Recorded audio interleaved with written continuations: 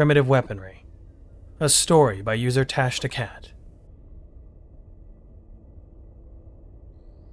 Primitive weaponry? You idiots still believe that old line? Let me tell you about primitive weaponry.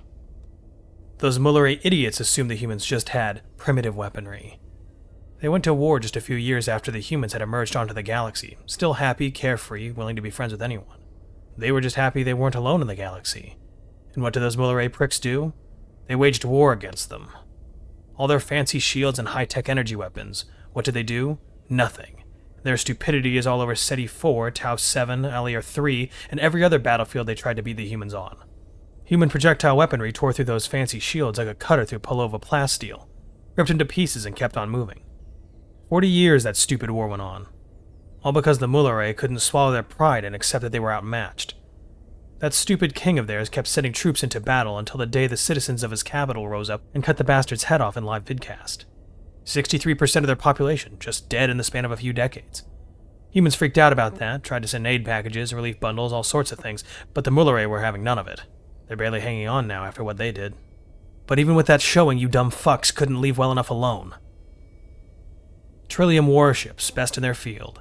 Their government had long since been eyeing some pieces of Mullere territory, now in the hands of the humans.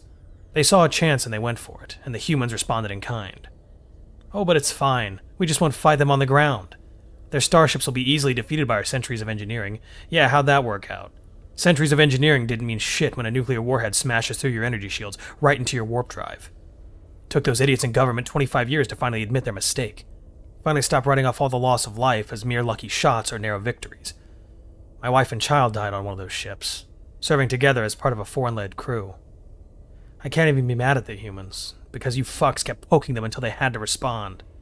And even when the Council finally saw the light after 65 straight years of warfare and issued a decree that the humans were not to be warred against due to the immense loss of life that came from it, you absolute fucks didn't listen. You kept pushing them, kept attacking them, and where are we now? The Vitoda are burning on their glassed worlds. The Greel are almost extinct thanks to the bioweapons they themselves unleashed, which got turned right back on them. Even the Nevrae stopped their war after the humans sent their sun supernova. On and on you idiots kept pushing them, thinking for sure this time they could be beaten, that their primitive weaponry couldn't win. And now what? Now they're coming here.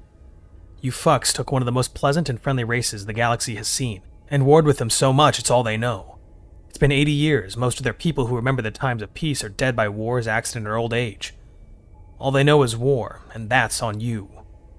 Primitive weaponry indeed. Maybe I'm just living up to the Sendar stereotype of loving dark humor, or maybe it's just funny. But I can't help but laugh my arse off at all this. They're coming here and you idiots egged on everyone who made them do it. I'm going to throw myself out the airlock. I'd rather go out on my own terms than face the humans and their primitive weaponry. With that, the old Sendar slammed his cup down and stomped off, laughing and repeating the phrase, primitive weaponry, in a mocking tone as he left. The bar was quiet watching him go, thinking to themselves. The only sounds came later, as people got up to follow his example.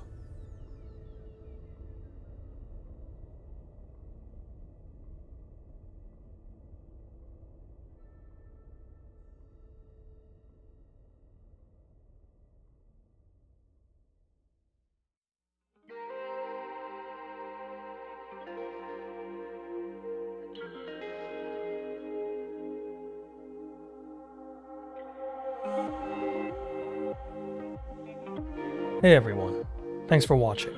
If you're new here, welcome aboard. Check out the description for the story, and join the Discord if you like. Consider supporting the channel and the author as well.